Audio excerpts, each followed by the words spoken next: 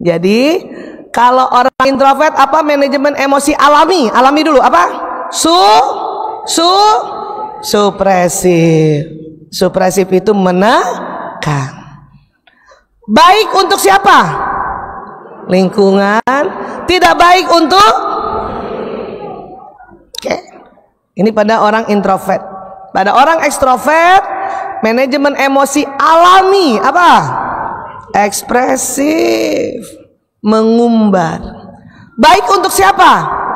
Diri sendiri. Tidak baik untuk? Maka agar baik untuk diri sendiri, kemudian baik untuk orang lain, inilah teknik yang namanya release, menahan. Sehingga menahannya tidak sampai, ya kita menahan sampai sini saja, bahkan sampai leher atau paling bawah itu kolbu kita, jantung kita, sehingga tidak usah ke organ yang lain. Kalau yang menekan itu bisa ke dalam lambung. Ya. Kalau mengumbar boro-boro sampai dada. Nggak sampai leher juga. Ya, paham tentang teknik sabar itu? Caranya apa? Ingat Allah. Kata Bu Aisyah, tarik nafas panjang. Iya, itu cara universal. Untuk laki-laki kah, perempuan kah, umur berapapun kah, bangsa manapun, agama manapun, itu juga Allah yang ciptakan. Makanya pernah nggak ibu lagi kesel sesuatu terus menghela nafas? Itu cara universal. Tetapi kita ya sebagai umat Islam diajarkan cara detil lagi adalah ingat Allah, ingat Allah, ingat Allah. Bu Aisyah, boleh tidak curhat? Boleh. Apalagi yang terjadinya ini pada perempuan. Karena Allah juga ciptakan otak perempuan itu harus sharing. Boleh kalau dibilang boleh. Tinggal siapa yang diajak curhat. Amanahkan teman ini. Ya, walaupun ibu sudah wanti-wanti, ya, jangan bilang-bilang ya. Ibu udah wanti-wanti begitu. Itulah makanya mengapa ada tenaga-tenaga profesional. Dia dibuat oleh sebuah sistem. Karena tenaga profesional itu ada janji, ada sumpah. Kalau dia umbar-umbar apalagi menyebut nama kliennya, nama pasiennya, kena dosanya double-double sudah.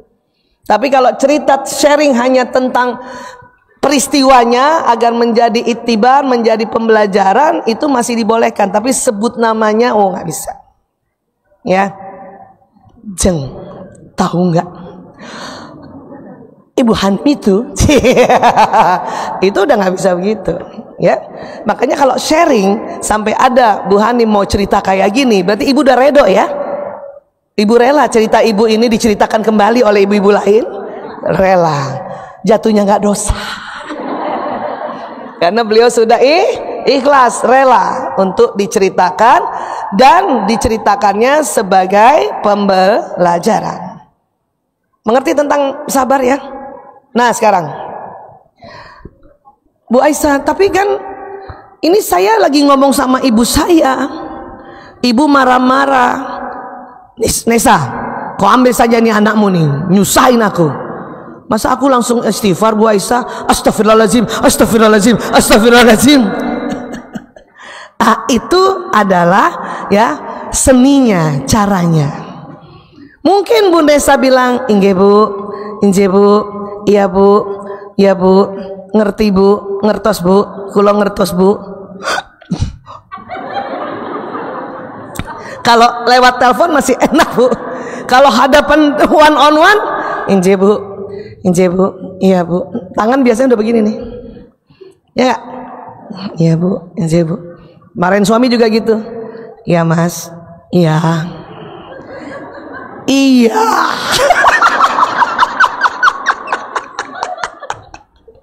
Nah, saat itu tidak apa-apa begitu. Tapi setelah itu harus dibersihkan. Tutup telepon Vanessa misalnya, atau ibu kita pergi, ibu mertua pergi, walaupun ya Bu Hanim Manut, punten ibu namanya disebut-sebutkan Bapak ya, insyaallah kita viralkan.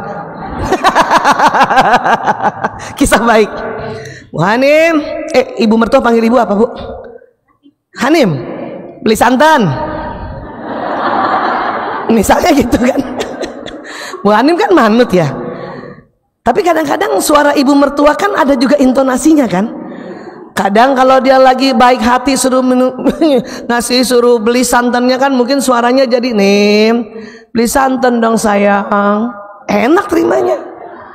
"Nim, santan."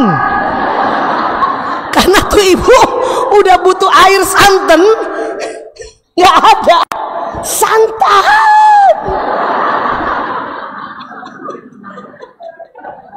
Waktu santan yang lembut, Ibu Hanim manut dengan emosi semangat. Oke. Suatu ketika mungkin karena nyuruhnya tadi juga, jadi emosinya manut dengan marah. Itu bisa terjadi saat itu. Dan tidak mengapa. "Inje Bu, iya Bu, siap Bu, ya siap." Jalan ke pasar itu harus dibuang.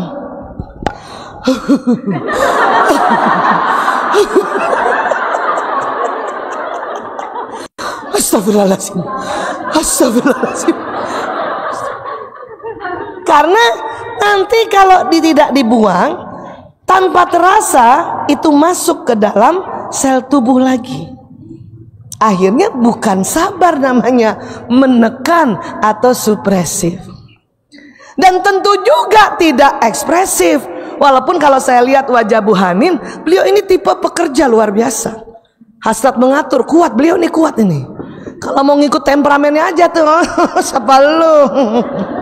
Tapi karena beliau tahu di dalam otaknya bahwa ini ibuku, ibu mertuaku, ibuku saja, itu namanya ilmu. Itu di otak. Jadi gini nih, waktu kita emosi, yang kena kan otak di dalam, maka otak depan harus ada isinya. Dengan ibu kandungku saja aku konflik, apalagi dengan orang yang baru kita ketemu. Itu ilmu, makanya penting masuk. Tambah lagi ilmu beliau, ada karma, ada karma, ada karma. Kayaknya pernah nonton film India nih, Mahabharata. Itu orang India pasti sering ngomong karma. Islam ada nggak? Islam itu istilahnya bukan karma, nanti kita bahas ya. Itu ilmu memang penting, penting. Bukan sekedar tarik nafas saja, tapi ini ilmu harus dipenting masuk di sini, masuk. Karena ilmu yang banyak mempercepat orang sabar, ya, mempercepat orang sabar. Paham tentang ini dulu? Oke. Jadi pada saat ya Bu, nggih Bu, siap Bu, siap insyaallah, ya baik Bu. Tapi harus ada cara bersihkan dulu dari badan ini. Maka supaya gampang sistematis, Bu Isa pribadi berdasarkan teori, ya, berdasarkan empirik pengalaman, dan ya berdasarkan semuanya, akhirnya bikin sebuah teknik. Bu Isa sebut namanya 3M. M pertama, mengaku. Mengaku pada siapa? Pada Allah Ta'ala. Jangan mengaku sama ibu mertua. "Ibu, sebetulnya saya marah, ibu suruh saya beli santan." Itu namanya cari tambahan masalah. Mengaku pada Allah sambil jalan beli santan. "Ya Allah, saya sih mau-mau aja beli santan, tapi caranya itu ya Allah." Itu lakukan itu, mengaku. Karena tubuh manusia ini Allah ciptakan penuh pengakuan.